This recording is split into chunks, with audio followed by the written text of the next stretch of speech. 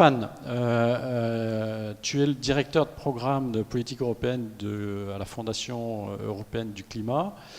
Tu connais bien la Bretagne, tu as exercé à la fois à Bruxelles, Londres, Paris, dans des think tanks, tu as enseigné ou autres, tu es un expert.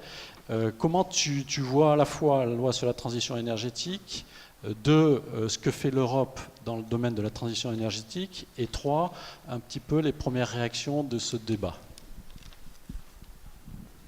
Quelle pression! Bonjour, bonsoir tout le monde. Merci pour l'invitation, François. Je suis ravi d'être ici. J'entends souvent la question par rapport à ce métier que j'ai de lutte contre le changement climatique. Est-ce qu'on y arrive? Est-ce qu'on n'est pas déjà dans le mur? Ou est-ce qu'on ne se réveillera pas le jour où on sera dans le mur? Et en fait, malheureusement, il n'y a pas de mur dans lequel on va se heurter qui va nous réveiller. Il y a toute une série de murs, certains qu'on a déjà passés, qui font que on est en voie de faire une transition énergétique, mais on est aussi en train de connaître le changement climatique. Je pars ici du principe que, travaillant pour la Fondation européenne pour le climat, mon rôle est aussi d'apporter cette dimension changement climatique. Donc, c'est ce que je vais essayer de faire. Pour répondre à ta question, François, est-ce que le projet de loi français, mais aussi est-ce que le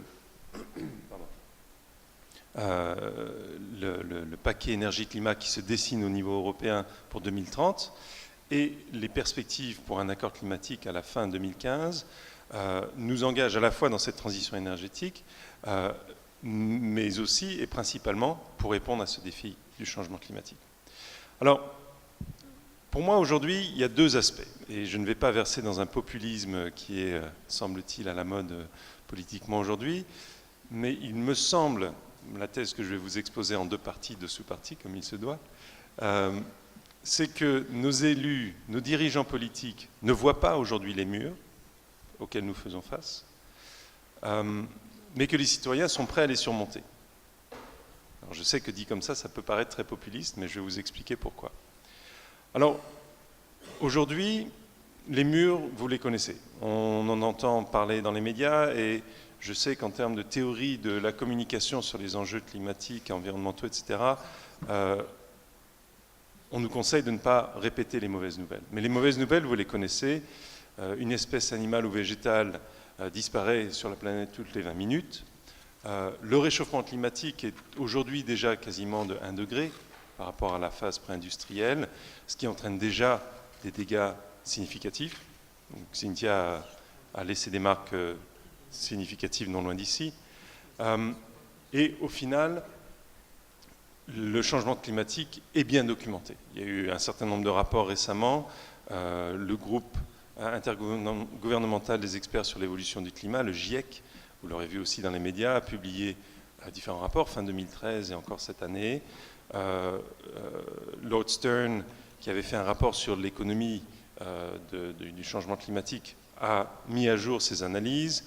La Banque mondiale, les Nations unies, tout le monde aujourd'hui, au niveau institutionnel, marque l'inquiétude et la certitude que l'on a par rapport à ce changement climatique. Et d'ailleurs, au passage, s'il y a de rares, parce qu'il en reste climato-sceptiques dans la salle, qui pensent que peut-être qu'il y a une conspiration maléfique de chercheurs qui cherchent à alimenter leur chaire académique avec des théories qui ne seraient pas vérifiées, ça serait la conspiration la mieux organisée de l'histoire de l'humanité, avec des milliers de scientifiques qui disent la même chose, et pour des financements, pour des chaires académiques qui sont bien maigres. Donc voilà, mettons ça de côté. Donc aujourd'hui, ce changement climatique est bien documenté. Qu'est-ce que nous dit le GIEC? Le GIEC nous dit, et chaque rapport, tous les 6, 7, 8 ans, a augmenté ce chiffre, qu'on est en route sur une trajectoire d'augmentation des températures d'à peu près 3-4 degrés d'ici la fin du siècle. Les gouvernements s'étaient engagés à Kyoto à essayer d'être sur une trajectoire de 2 degrés. Et c'est le cadre dans lequel l'Union européenne s'est inscrite et c'est le cadre dans lequel la France s'est inscrite. Mon introduction voulait vous amener à ce point parce que Aujourd'hui, ce que le GIEC nous dit, c'est qu'on ne va pas réussir. On est sur une trajectoire, à moins de changements drastiques, qui fait qu'on va aboutir à 3-4 degrés. Et 3-4 degrés d'augmentation, ce sont des changements, malheureusement, encore une fois, ça serait mieux de ne pas être le colporteur de mauvaises nouvelles, mais ce sont, d'après les scientifiques du GIEC, des changements catastrophiques. Augmentation du niveau de la mer d'environ 1 mètre, déplacement de population, sécheresse dans certaines parties du monde, précipitations, etc. Malheureusement, ils nous disent aussi qu'il y a une probabilité non négligeable qu'on soit sur un scénario plus pessimiste qui est de 4,8 degrés d'augmentation d'ici la fin du siècle. Ce qui veut donc dire 2-3 degrés d'ici 2050. Donc, on verra. Mais en termes de politique publique, de prévention, aujourd'hui, il y a un impératif majeur qui est de se prémunir contre ce risque majeur. Alors, pour venir à ta question, François, est-ce qu'on est en bonne voie ? Je dis qu'aujourd'hui, ce mur, nos dirigeants ne le voient pas parce que ma conclusion est qu'on n'agit pas assez vite. On peut voir le verre à moitié plein et quelque part, je trouve ça admirable qu'en contexte économique difficile, nos dirigeants se penchent sur cette question, s'engagent. Vous aurez appris que tout récemment, les États-Unis et la Chine sont parvenus à un préaccord. L'Europe, la première, a mis sur la table ses propositions de réduction des émissions pour 2030 dans la perspective des négociations 2015, on ne peut pas douter de leur sérieux et de leurs efforts. Et au niveau européen, Madame Outman pourra certainement nous décrire mieux que moi comment tout ça avance, et certainement la décision est le mieux qu'on ait pu obtenir par rapport à un état politique donné. Néanmoins, dans mon rôle de, non pas conscience climatique européenne, mais ici par rapport à ces enjeux, de vous apporter de l'éclairage, non, nous n'avançons pas assez vite, c'est clair. Alors, au niveau français, une analyse a été faite que ma fondation a financée, menée par le cabinet Ecofis, peu importe, et publiée par le réseau Action Climat. Et cette analyse, on l'a appelée le transitiomètre. C'était un outil pour mesurer dans quelle mesure le projet de loi remplissait les engagements de la France, que la France s'était elle-même donné. Donc réduction facteur 4 des gaz à effet de serre d'ici 2050, etc. L'analyse suggère, on peut débattre, regarder le modèle, etc., mais qu'on est passé, quand le projet de loi est sorti, de 20% de réponse à l'engagement, que le projet de loi permettait d'atteindre seulement 20% des engagements, à 31% aujourd'hui. Donc l'Assemblée nationale a bien travaillé, a permis d'ajouter 50% de réussite, et de fortes inquiétudes par rapport au passage au Sénat. Donc aujourd'hui, il y a beaucoup de choses à faire, notamment, ça a été évoqué par rapport aux moyens, par rapport à la spécificité des outils à mettre en œuvre.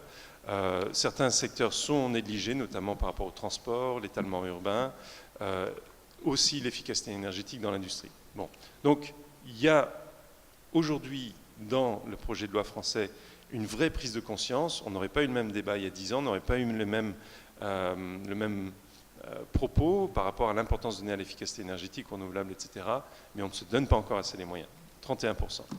Au niveau de l'Union européenne, de manière identique, on est sur une trajectoire trop lente. L'Union européenne s'est donné comme objectif 80% de réduction des émissions de gaz à effet de serre d'ici 2050. Le GIEC nous dit, on va devoir, le dernier rapport du GIEC, on va devoir être à 70% au niveau mondial. Ça veut donc dire 95% de réduction des émissions de gaz à effet de serre dans les pays développés. On doit réviser à la hausse notre effort. Alors bien sûr, le choix est fait de reporter sur les gouvernements prochains et les générations suivantes la charge de l'effort.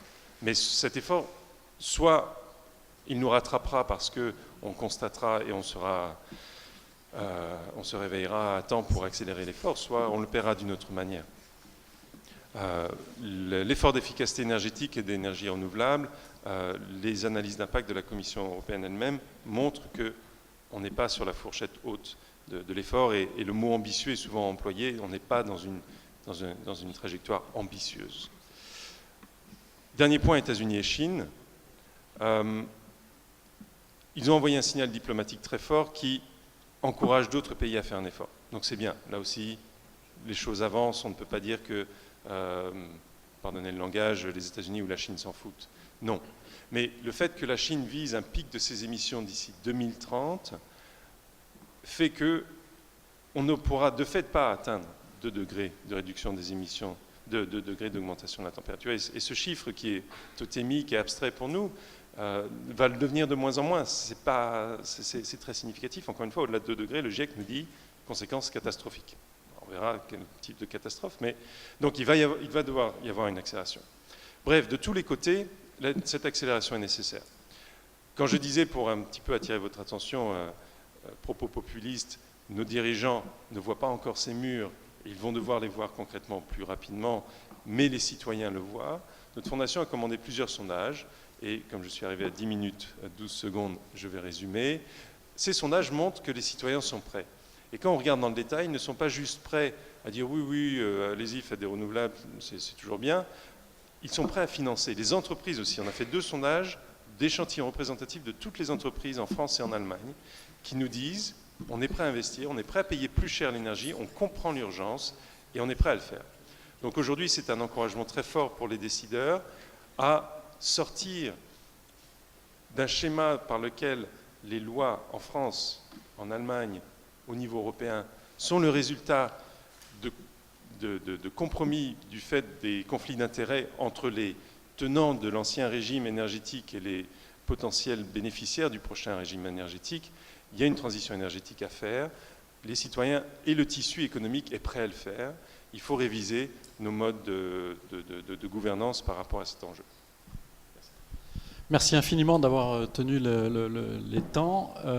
Une précision par rapport à ce que tu dis et à cette vision quand même relativement pessimiste, c'est que même le Quai d'Orsay, dans toutes les déclarations qu'ils font actuellement, on ne parle plus de changement climatique. Systématiquement, l'expression est de dérèglement climatique. Tu peux voir ça sur la dernière année. Quasiment toutes les déclarations